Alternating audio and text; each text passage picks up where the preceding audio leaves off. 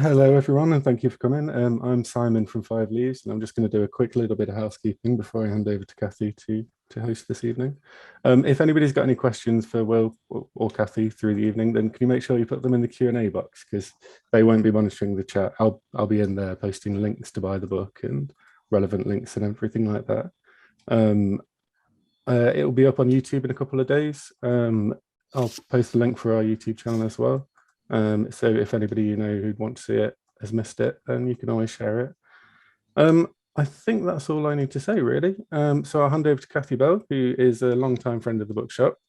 She's got a collection coming out with Spokesman in a couple of months. And yeah, she's a writer and many other things. So I'll leave the rest of the introductions to Kathy. Thanks. Thank you, Simon.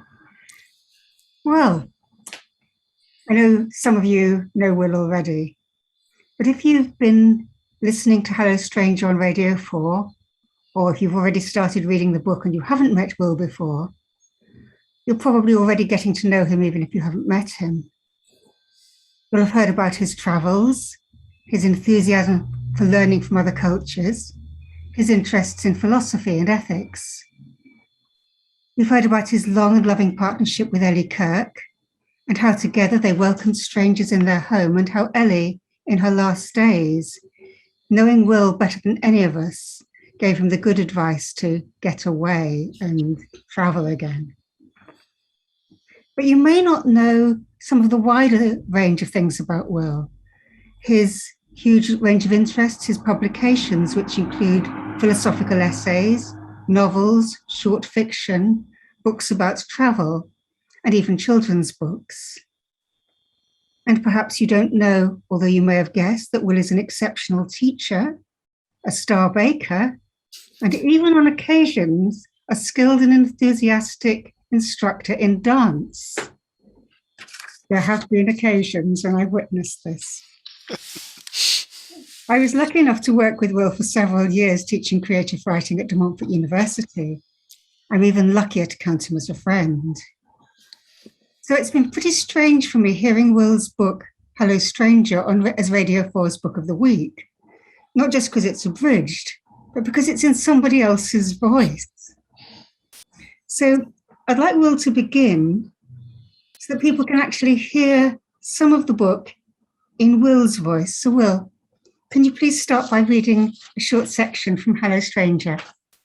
Okay, thank you for that really generous introduction, Kathy. And I can't actually see any of you, but it's lovely to see that list of so many names here. So welcome, both old friends and strangers. Welcome to this event. I'm going to do two readings tonight. The first one you might have heard before on the radio, and the second one I don't think has been broadcast. But the first one comes from the very beginning of the book, and it's from it's a story from a few days after the death of my partner, Ellie Kirk. Loss tears a hole in the world. It exposes us, leaves open a rent, a gap. It's disorientating, putting the compass points of our lives in disarray. Loss makes the future impossible because it refers only to the past, but is never total.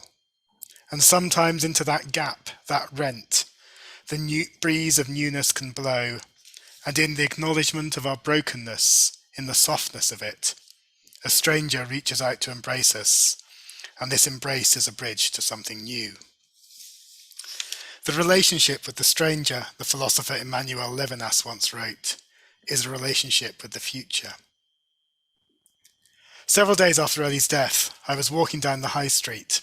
My bike had just been stolen from outside the station, and I was raging inwardly at the thief's inconsiderate timing.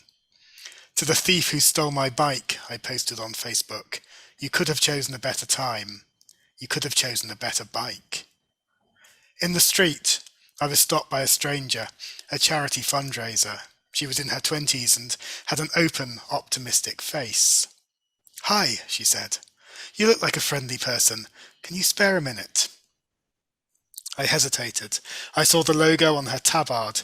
She was fundraising for breast cancer research. Do you know much about breast cancer? She asked.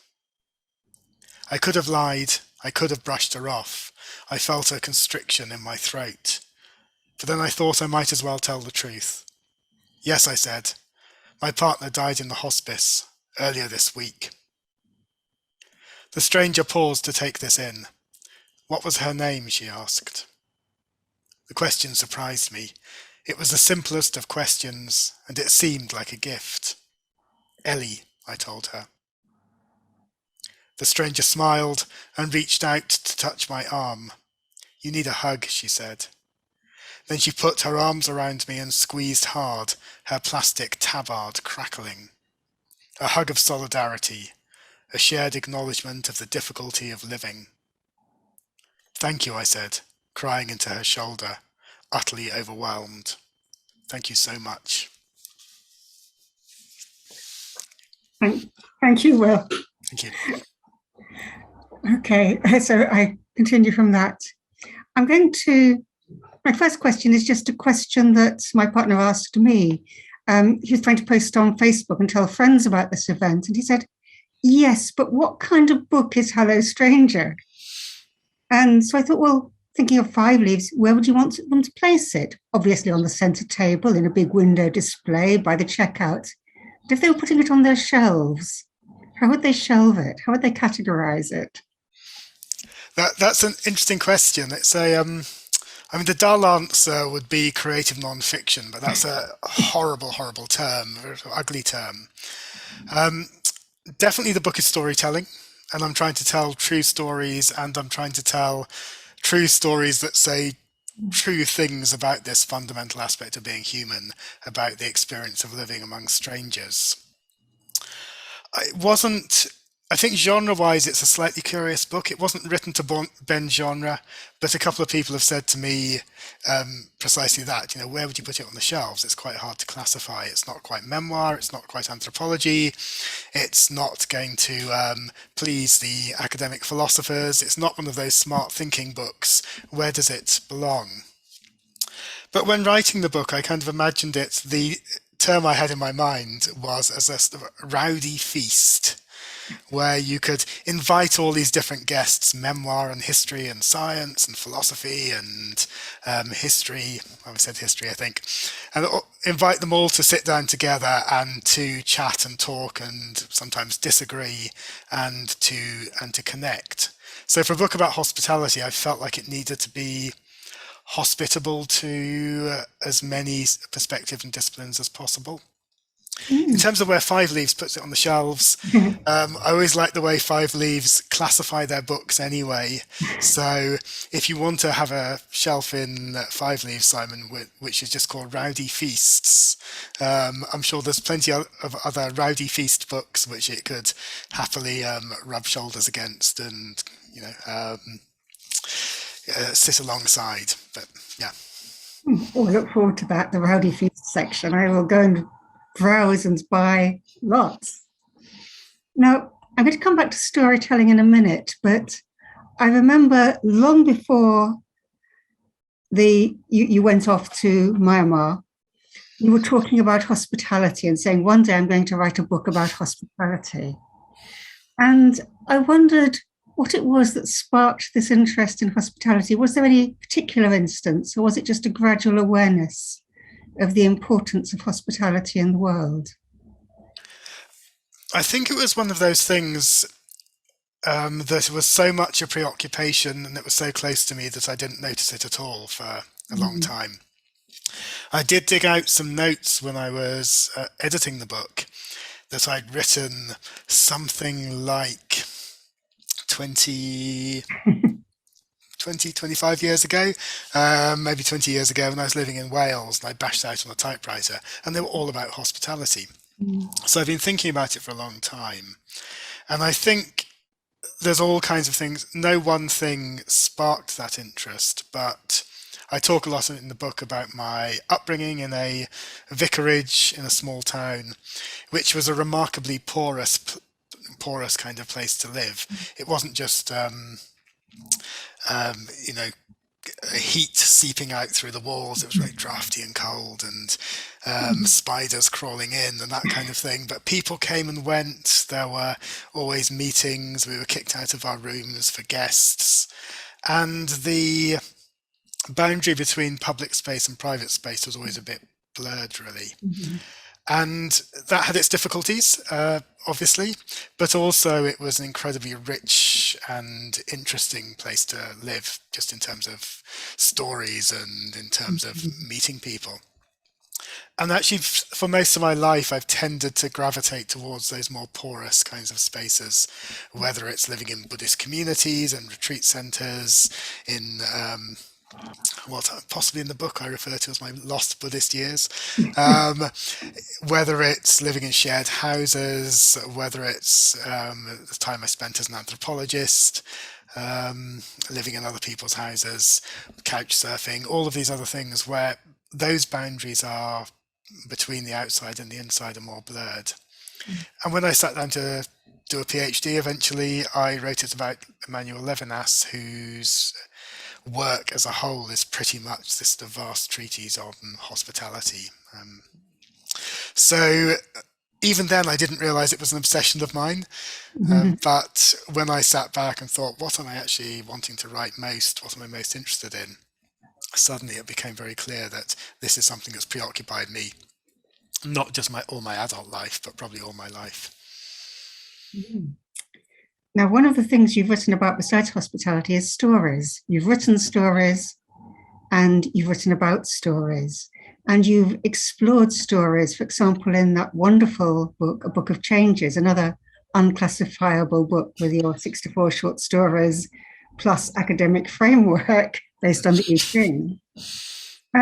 So you do seem to use stories as a mode of exploration, and you also use stories a lot, whether they're stories from your life, stories you've picked up, heard from other people, read in history or whatever. You use these a lot in Hello Stranger. And I wonder if you could talk a little bit about what you see as the value of stories and storytelling. Yeah, that's a really interesting question. I think, again, stories are something I always gravitate towards. The temptation to tell a story has always,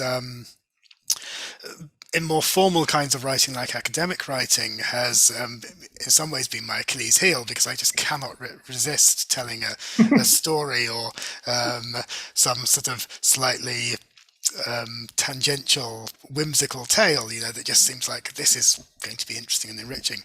But why are stories so important? I think there's several reasons. I mean, one is that if you're reading, say, non-fiction, which this book is, if it's simply facts about the world, that's okay, but you can kind of stay put and just absorb the facts, and then you've added those facts onto your being, and that's all useful and that's good and that's interesting. And I've benefited hugely from loads of scholarly book with painstaking work, which has built up a picture of the world that I've drawn on for my storytelling. But there's something about being launched on a story where you can't just stay put and have all that information coming in, but you have to, in a way, a story launches you as the reader and as the writer on some kind of a journey, some kind of adventure, you have to sort of undergo a story, I think.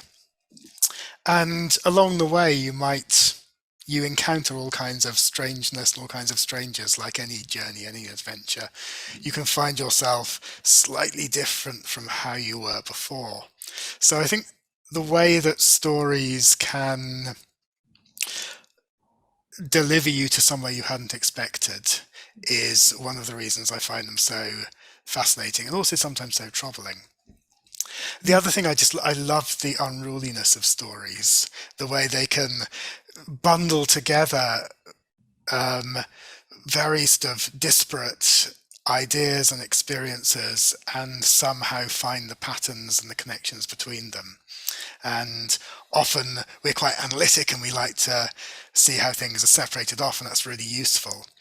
But in terms of living life, all of those things are sort of come together as a big bundle. And so storytelling is a way, I think, as well, of seeing the connections between things. And I'm always fascinated by the connections between things. Okay. Now, Hello Stranger is a book that mixes memoir with research and all sorts of elements. So how did you go about the shaping of the book? You know, what's your writing practice? I was thinking about this and thinking, how did I put the book together? When I was reading through, looking at passages to read at this event and a couple of other events, and thinking, how is the text shaped as a whole? It's not something I've thought about standing outside of it. And it occurs to me that back in the day, I was a fine arts student. So I started my life as in sort of university education as a student of fine art. And the thing I really loved back then was collage. I loved taking all these disparate things and putting them together and shuffling them around and seeing the patterns that emerged. And so I think in writing this book, and in quite a lot of the other books I've written as well, I've tended to collage them together. I tend to collect a huge bag of materials and then set about seeing how they fit together, seeing what goes alongside what, and shuffling them around a lot. So there's a lot of redrafting that takes place. Also, in terms of practice, writers always talk about their practice as if it's sort of something they do alone, you know, and they have their practice and it's very serious and solitary. But I think a lot of the book was also developed in dialogue with other people. I've got a fantastic agent, Emma Finn, and we knocked ideas to and fro for months and months and months and months. And I kept recollaging until we saw a pattern beginning to emerge. And also my editor at Granta, Anne Meadows, was fantastic as well and worked quite hard on this process with me of to change the metaphor of kind of shifting the kaleidoscope to see how things all fit into place. So I wrote on Twitter at the time when I was just after it was published that it takes a village to raise a book. But I think that is kind of true, you know, it is a social thing because it is about communication. So that's how I work. And because it's sort of collagey and slightly kind of raggedy like that, I don't have that kind of writing practice that certain slightly awe-inspiring writers have, where they get up at 6 in the morning and they do 2.5 hours work, and then they sit down and they breakfast on kippers and port, and they walk the dog, and then they do the other things they do. Sometimes I write lots and lots and lots, all in a burst. Sometimes I read lots. Sometimes I wander around, wondering what it's all about. And I don't really have a clear boundary between writing and non-writing. So it tends to emerge from all of those processes of living, really. So it's another sort of rowdy feast, isn't it? So it's another rowdy feast, yeah. Good. Okay. I'm going to ask a question that I think came up in your previous book, Stealing with the Eyes, which is about the difficulty of being a white Western Englishman traveling in societies that, let's face it, white Englishmen have been taught to look down on, or to look on with a certain degree of superiority, something that I think a lot of us are addressing now. How do you deal with that very difficult perspective that I think is ingrained in a lot of, unfortunately, in a lot of English culture? And I know you went out to be an anthropologist, which again is sort of looking at how other people live and making notes. I mean, probably the first thing to preface this with is the thought that to be white and male and sort of British is one of the least difficult positions to be in,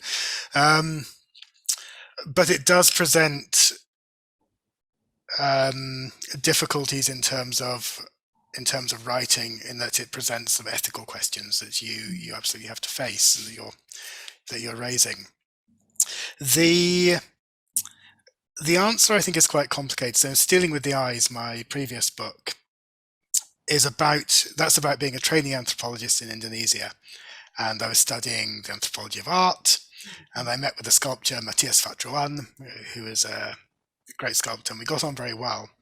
But one day he told me that what I was doing there is I was curi mata in Indonesia, and I was stealing with the eyes. I was there to extract information, images, ideas, and then he said, you'll go back, you'll put them in a book, and I'll still be sat here, but these things will lead to all kinds of benefits for you, but not for me. And when he said that, it was so obviously true. It was not the only true thing about what was going on there, but it was obviously a very big and very important true thing, that it led to difficulties in our relationship, but also it led to a massive crisis of confidence in terms of the enterprise of anthropology, which I think is not fatally flawed. And there are many anthropologists who are doing very good and very interesting work. But I think it's from the point of view of a white British person, and with the whole history of empire and so on and so forth, it's a problematic thing to engage in. So there's all of that. But I think also one way to start on doing some of that is to diversify your reference points. So actually, I feel that quite a lot of my life I spent a long time practicing Buddhism. I've put huge amounts of efforts into learning Chinese, and I've worked in China. I've did obviously anthropology in Indonesia, and I find my mental reference points are not necessarily those of the, for example, the English literary tradition, or even philosophical tradition. And so in diversifying your reference points, I think you can find places to stand where you can complicate things, you can call into question the things you have believed habitually because they've been surrounding you. And I think also the other thing is it's really important to allow yourself to feel unease and discomfort, and to have a kind of vigilance. So when you start feeling that prickling of unease and discomfort, thinking, where's that coming from? What kind of power relationships are going on here? What's at stake? And what can I do to address this, or to start tackling ingrained prejudices, and so on and so forth. So that's a big and rather long and rather complicated answer. It's not simple, but I also think it's there's a value to that kind of crossing between cultures and traditions, and I think it's good that people are doing that, and it's good when if that can be made more equitable, so more people can do that, that's even better, rather than the keeping everybody within their own sort of within their own traditions. That's really helpful. Thank you. Now you're involved with a project with Hannah Stevens, a fine short story writer, called Wind and Bones, about creative writing and social change. And I thought you might like just to say a little bit about that, because it seems to me that's a little bit connected with what you're writing about in Hello Stranger. Yeah, so Hannah and I have been working together 3 years, more than 3 years, I think, and we've been on the road for getting on for 3 years. We've been working on projects everywhere from the UK to Myanmar to currently Bulgaria. So I'm in Sofia at the moment. And we developed a way of working. We were both interested when we started working together in thinking about creative writing outside of concerns strictly with literature and outside of academic concerns, but thinking of writing as an instance of human-to-human communication. And that's become a really important part of the work that we do. So we're interested in all human communication is transformative. That's why we communicate. We communicate to do things, for better or worse, to try and affect and change the world, to change each other, to bring about some kind of transformation. So we're really interested in exploring this in our work. We work a lot in our creative writing workshops with face-to-face communication, getting people telling and sharing stories. We've worked with refugees in Greece, in Volvi refugee camp, here in Sofia with refugee communities, and in the UK. We're working on a project with an absolutely fabulous Bulgarian NGO called Improve, with women survivors of domestic abuse, and collecting, working on storytelling workshops and collecting and publishing stories, which will be beautifully illustrated by astonishing artists, and we're really excited by that. And all of this is rooted in the idea that stories are potentially transformative, and through telling stories it's possible to change the world, by which we mean to make things a little better, because that is changing the world. Thank you. I'm going to ask one more question, and then I'll go to the Q&A, and then I've got a question saved up as my last question. But what I'd like to ask now is advice you can give us about making connection with strangers now. So lots of reasons why people haven't been able to do that lately. Not just the pandemic, people have worried about the environmental impact of travel. People are just not always able to go out and meet strangers in different societies.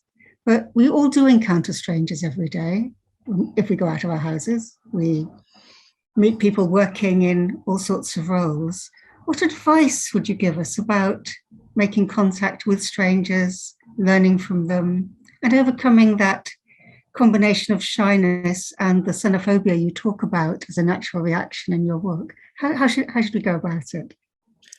So I think there's probably two things here. So the first thing is for some people have a taste for travel and opportunities for travel. Some people have a taste for travel and no opportunities for travel. Some people have neither the taste nor the opportunity, or the opportunity or not, and not the taste. So we're all different in that respect. And travel is central to the book I'm writing, and somebody has to move somewhere for there to be strangers. But those encounters don't depend upon us actually uprooting and going anywhere other than outside the door, really. So one of the basic positions of the book is, it's Robin Dunbar, the anthropologist, who says that we are equipped, our cognitive machinery is equipped to keep track of 150 people, more or less. And there's a correlation between our frontal cortex size and the size of our social groups in other primates as well. So 150 people we can keep track of.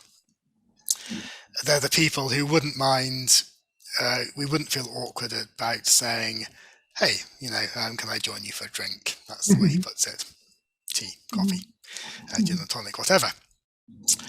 So the other 7.7 billion people in the world are all strangers. And this means that we're never in short supply.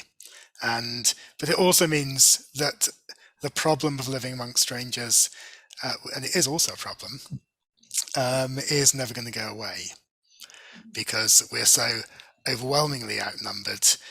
We have to find ways of dealing with it, and we can't just shut them all out, because there's just too many of them and not enough of our circle of intimates. So the question then is how we manage our relationships with strangers. And there's a lot of research that suggests that xenophobia, literally the fear of strangers, is innate. And this is something that it took me a while to get on board with, really, when researching the book, because nobody wants to be xenophobic. But before xenophobia crystallizes into hatred, racism, fixed positions that say these people are beyond the pale, these people are not, It's simply the experience of that quiver of uncertainty when you come across somebody you don't know. The fact that we are, for good reasons and out of a desire to protect ourselves, we have a degree of anxiety and concern in the face of strangers. And we share this with other primates as well. And with cats, the cat that goes hiding when strangers come into your house. But the other side, and this is talked about so much less, and this is something I talk about a lot in the book, is that we're not just afraid of strangers, but we're also curious and fascinated. And the Greeks talk about this desire to connect and reach out as philoxenia, which actually goes back to the Odyssey, the word itself, but it's there in the Old Testament, New Testament, the Old Testament, of course. It's there in the New Testament a lot, and it's used in contemporary Greek as well. This philoxenia, which is the desire to connect with the strange and familiar. And we know that as well when you see somebody strange and you're like, oh, I don't know about them, but oh, what are they up to? And maybe they're interesting. And those two things are going on at the same time. So in terms of how do we manage that, obviously the thing to do isn't simply to throw open our doors and windows to all strangers all the time. But I think it's really good to start trying little experiments in allowing that curiosity more free rein. It's easy to think that xenophobia keeps us safe and philoxenia doesn't, is more risky. But actually there's a lot of evidence, again, I talk about in the book, that one of the things that keeps us safe is being part of broader networks of trust.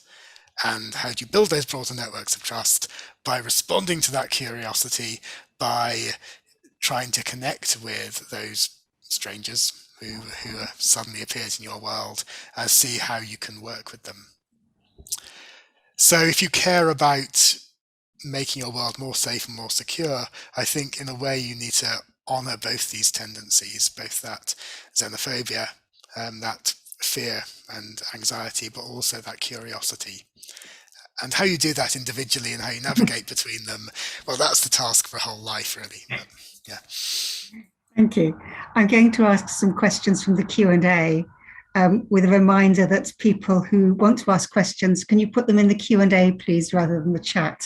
Because at the moment there's 47 entries in the chat and I would find it very hard to find the questions, but I can pick them up from the Q&A. And the first question is from Masuda Snaith. Oh, hello, Masuda.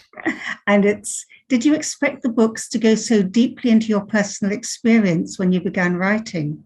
Is there a challenge to writing the memoir aspects? And she puts in brackets, P.S., it's fantastic reading.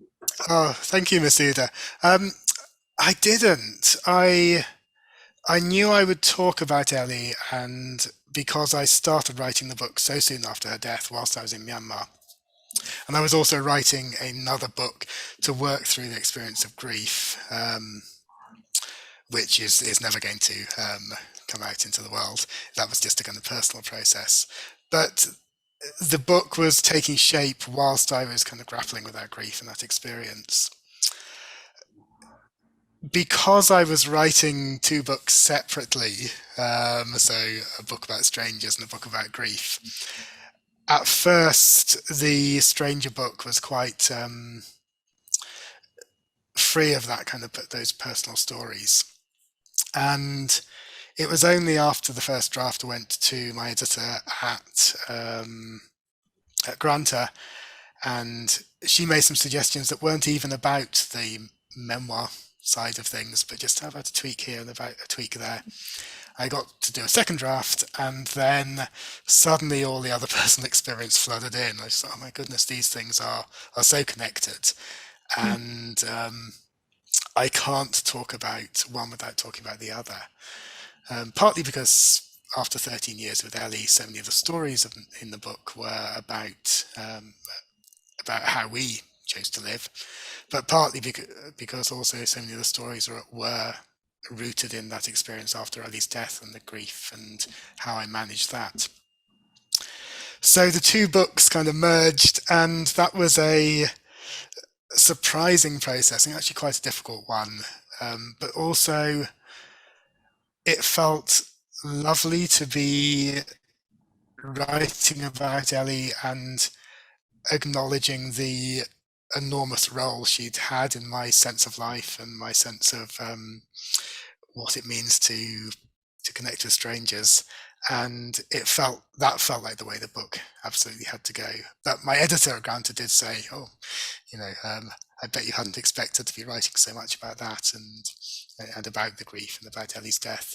And she was absolutely right. I hadn't. I'm going to go on to a question from Viv Golding, which follows on from that. She says, "Hello, dear Will. It's so good to see and hear you. Can I ask about your thoughts on living with the death of a loved one? My stepdaughter's partner died this year, and as you know, my own partner of 15 years died. Somehow we keep them with us. You and I have new partners. Can you expand on how we go on for my daughter when it's so difficult to be hospitable these years?" And she adds, "Finally, thank you for sharing food with David and me around a table over many years." Oh, thank you, Viv. That's lovely. I do think that grief is a really individual experience, and I read quite a lot of grief memoirs in the last few years, and people saying, "You must read Joan Didion." So I read Joan Didion, and I just thought, this makes no sense to me at all. And then I'd read somebody else and think, "Oh, maybe this feels closer to it." And I think because grief is so strongly connected with a particular relationship and takes on, and it's the loss of something very specific and very unique, because all human relationships are sort of one time only. So the shape that grief takes, I think, is very individual as well. For that reason, it's hard to give.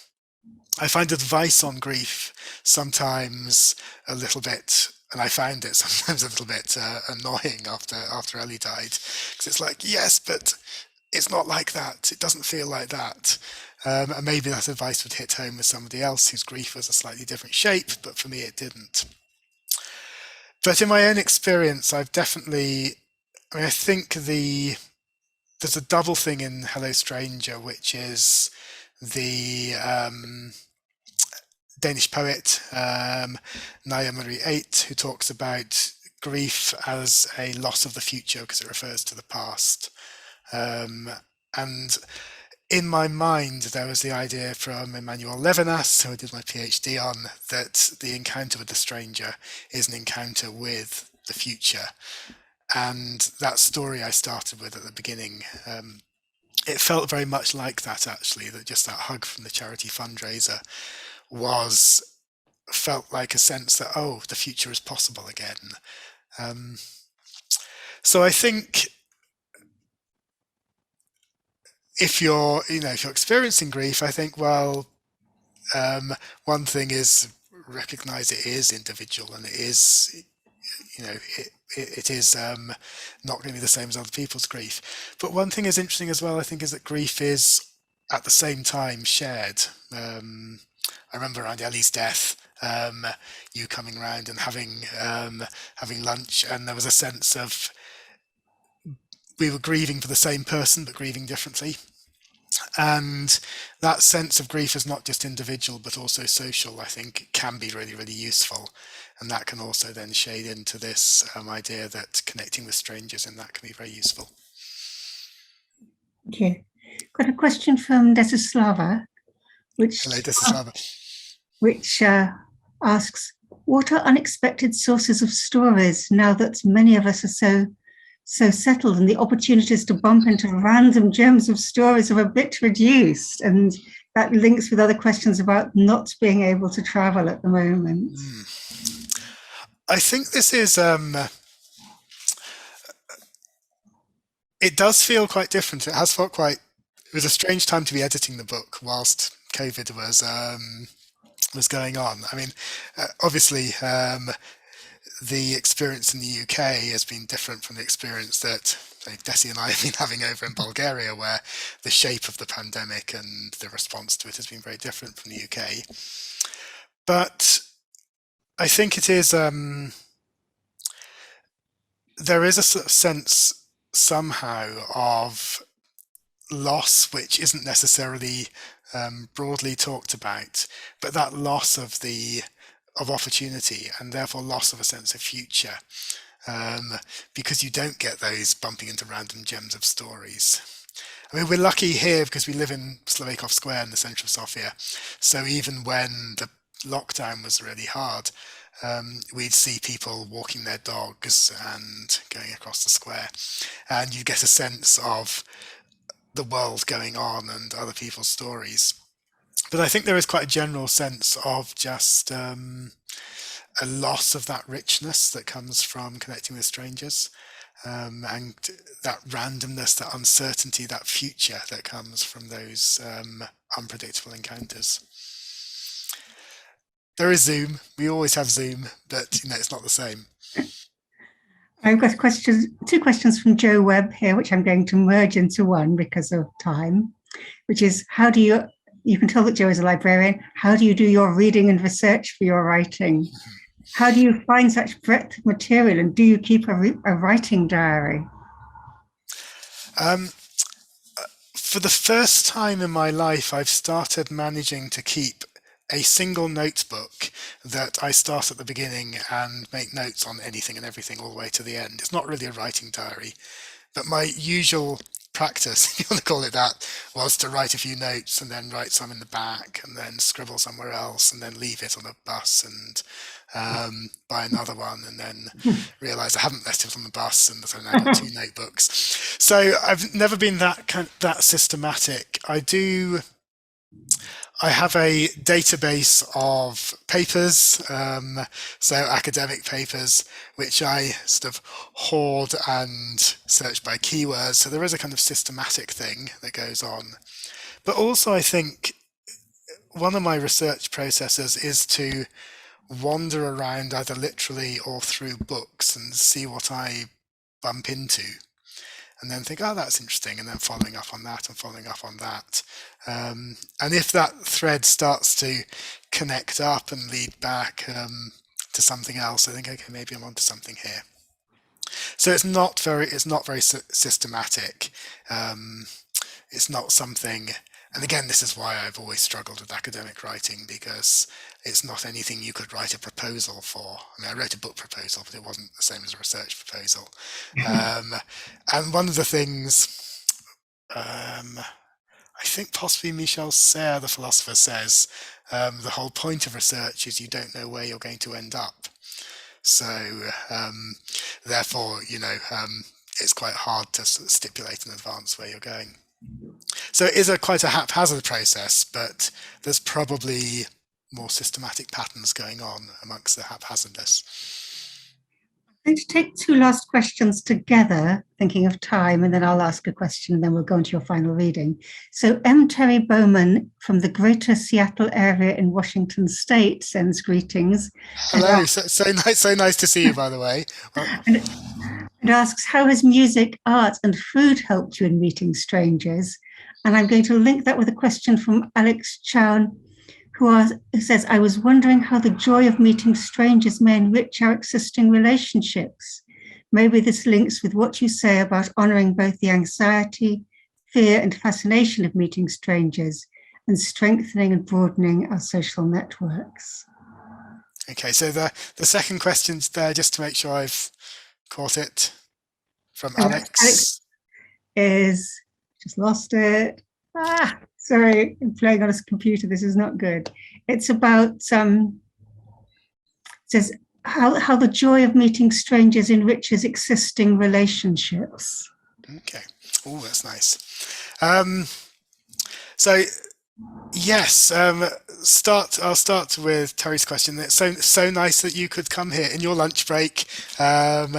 A very old friend who couch surfed with Ellie and I many years ago. So this is lovely. Art and music and food. I think all of these things. I mean, we obviously shared food and stories, and probably art and music as well, when you came to stay in our house in Birmingham. But I think all of these things are just part of that richness of human life. And that's one of the things when you start connecting with strangers, and it's one of the ways you can connect quite strongly and quite quickly. Sharing food obviously goes back to prehistory, and there's a whole chapter on feasting which is about that. I talk less about art in the book and less about music, but I think those things too have very, very deep roots. Music is about, ultimately I think, is about connection, it's something shared. That's why we, however music evolved, it's always been something that people do together. In Indonesia, people would sing pantums, so pantun, they would pantun menantun, they would exchange poems, sung poems, as a kind of social thing. Music is definitely part of that process of connecting with other people, and food, and also art. A friend recently invited us to her art studio to play with clay for an afternoon. It was a lovely way to connect with her here in Sofia. The other question is really interesting about how that then feeds into that richness feeds into your relationships with those who are, if you like, your intimates. And I think it does. There's sometimes a fear that you're too thinly spread and you can't, I don't want to meet anybody else because I have enough people in my world. And that's understandable, but I think also my own experience has been that the people I have met, say, here in Bulgaria, those kind of relationships have, in a slightly obscure way, enriched the friendships and relationships I have with, say, people back home. And I think it's because anything that's individually enriching is ultimately sort of socially enriching, because we too, like I talked at the beginning about porous homes, but we too are porous creatures. So to the extent that we're enriched, that's not something that we can keep to ourselves. So it's something that affects all our relationships. That's great. I'm going to ask a final question, and then I'm going to ask you to do a final reading from the book. So suppose you came back to England, which I hope you will one day. Is there anything you've learned since leaving the UK, and it's been quite some time, about connection or anything else that you want to put into practice on your return? The trivial answer is, well, not that trivial, but under lockdown I learned how to make Bulgarian banitsa breakfast pastry, cheese pastry, which is really the best breakfast in the world. So I'll be putting that into practice wherever I am. Particularly if there's not banitsa easily available. More on the theme of strangers, though. I think one thing that's been really interesting in quite a lot of the places where we've been living and working, Bulgaria, Myanmar too, Taiwan, is the particular, it's thrown into relief a particular sort of, I think, maybe quite British view of public space. So there's a tendency in the UK to think that if people are hanging around in public spaces, they are, as probably, did my mother ever say this? Somebody's mother did anyway, they are up to no good. Because you're in public, and why would you be in public? And I think that idea of public space as people in public space as something unsettling is quite curious. And I don't know if it's particularly British or not, but it's something I've encountered in the UK a bit. And one of the lovely things about Bulgaria is that people meet up and they have a beer in the park, or they have a coffee in the park or whatever. And there's a sense that use of public space is okay, sitting on benches, chatting, and the public space being something that is shared and social, and a place where you can actually run into strangers and have those random encounters that Desi was talking about and saying she's so much missed with the pandemic. So I think what I'd like to bring back is and maintain is that sense of public space as a space of opportunity, as a space for the possibility of new meetings and encounters, and to keep bearing that in mind and to encourage other people to as well. Thank you. Well, thank you ever so much, Will. It's been wonderful. And I think the last thing should be you reading again from Hello Stranger. And just a reminder to everybody that you should, if you haven't done already, do your best to buy the book or get your library to buy it. And of course, to order it if you can from Five Leaves or your local independent bookstore. Okay. So I'm going to read a bit from halfway through. It's about Huoguo or hot pot in China. And it's about that, particularly that sense really of public space and public social buzz, and a particular term that I love from Chinese when people say something is renao, where it's hot and noisy, literally. So this is about hot noisiness and hot pot. There's no better way of cooking up collective heat and warmth, no better way of making togetherness than noisily sharing a pot of food. Several years ago, I found myself in Chengdu, in the province of Sichuan. I was newly arrived, starting a job at the university and finding my feet. A few weeks into my stay, my new colleagues invited me out to share huoguo, or hot pot. In China, hot pot is a dish that is uniquely good for creating a sense of social connection. Eating hot pot, people say in Chinese, is renao. It's hot and noisy. Hot noisiness is the effervescence of Chinese New Year when you cram into a small kitchen in a garrulous huddle to stuff and fold dumplings. It's the fizzing liveliness of a temple festival. It's the collective fun of a big gathering as you eat, drink and joke. And there is no food more renao than Chinese hot pot. First popularized in Chongqing in the 90s, hot pot became a national, then a global craze. Today, in restaurants across the Chinese-speaking world, noisy groups of diners sit around shared, steaming pots of broth and drop vegetables, meat and seafood into bubbling liquid.